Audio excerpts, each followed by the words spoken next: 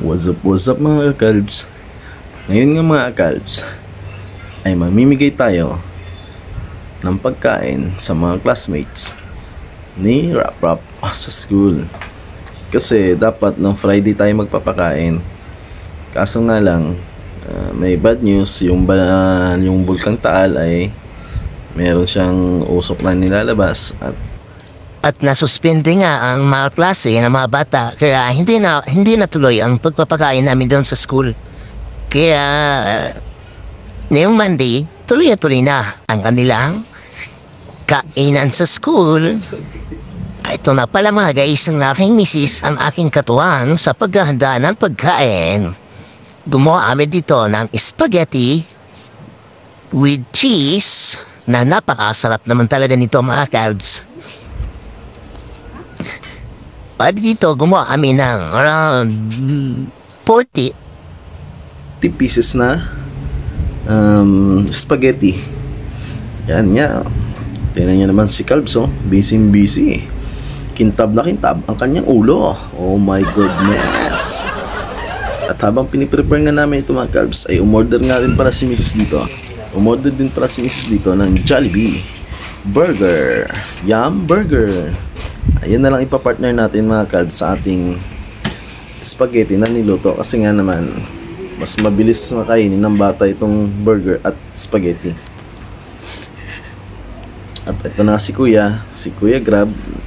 Siya ngayon ang nagdi-deliver sa ating Jollibee. Ito na nga, binigay na sa akin dito mga Calbs ang ating burger na in-order. At pagkatapos nga mga Calbs ay ito na, ready na ang aming dadalhin sa school. Dito nga mga Calbs ay ready to go na tayo sa school kasi break time nila ay around 8 o'clock.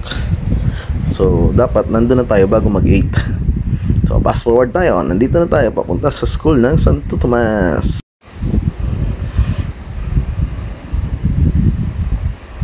Chill lang sa pagdadrive.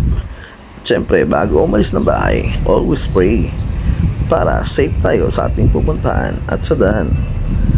At huwag kakalimutan na laging manalangin bago umalis at bago magmaneho ng sasakyan. Ayun na mga Calbs, malapit na tayo dito sa Elementary Santo Tomas. Sabi ko kay Miss dito, ay videoan niya na para makita ang school na Santo Tomas na napakaganda.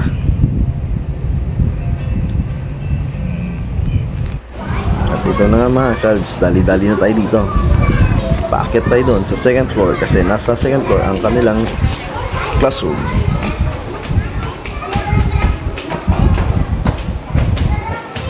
At dito na mga Calbs ay medyo nakakatuwa na masaya, nakakasaya lang, nakaka-proud dahil siyempre magpapakain tayo din sa mga bata.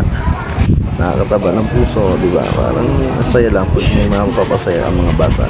At ito na si teacher. Hello! Sinalubong na kami ni teacher. Wala na po Teacher surprise Len, sa kanya, ma'am. Napakabait naman talagang teacher. At ito na si Raf. At hindi siya na-surprise kasi alam niya talaga na magpapakain siya ngayon sa mga classmates niya.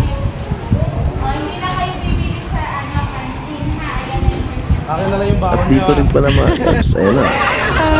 Namimigay na tayo dito ng spaghetti at burger. At syempre, tinawag naman ni teacher si Raf para siya mamigay. Assist! Dalawa sila ni teacher, nag-assist dito. At si Mrs. naman, yan, nag-assist din si Mrs. dyan dahil siya nga yung nagbibideo sa atin dyan. Yun, ang bait ni Kuya Raf.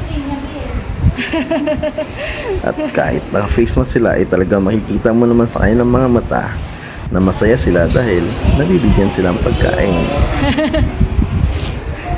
Bago kumain, baka nakain na kayo, magpe-pray pa tayo. Happy? Punta ka kay teacher, anak.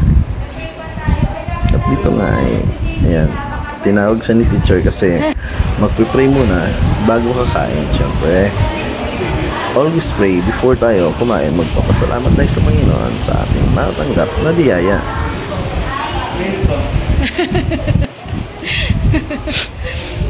At dito nga mga kabs ay inaayos ni teacher ang TV kasi nga kakantahan natin dito si David ng Happy Birthday. Okay mga kabs, tingnan natin, panoorin natin ang kanilang pagkanta. Happy birthday. Pakakirap to.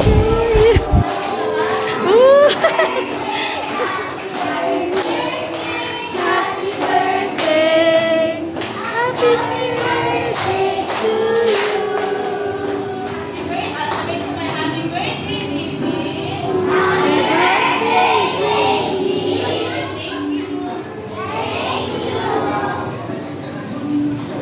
Say mo na.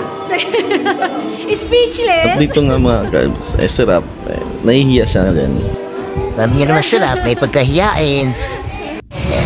Pero nagsabi rin naman siya ng thank you sa mga classmates niya. At syempre, paglabas nga natin dito sa school, binigyan din natin yung mga nagbabantay din sa gate.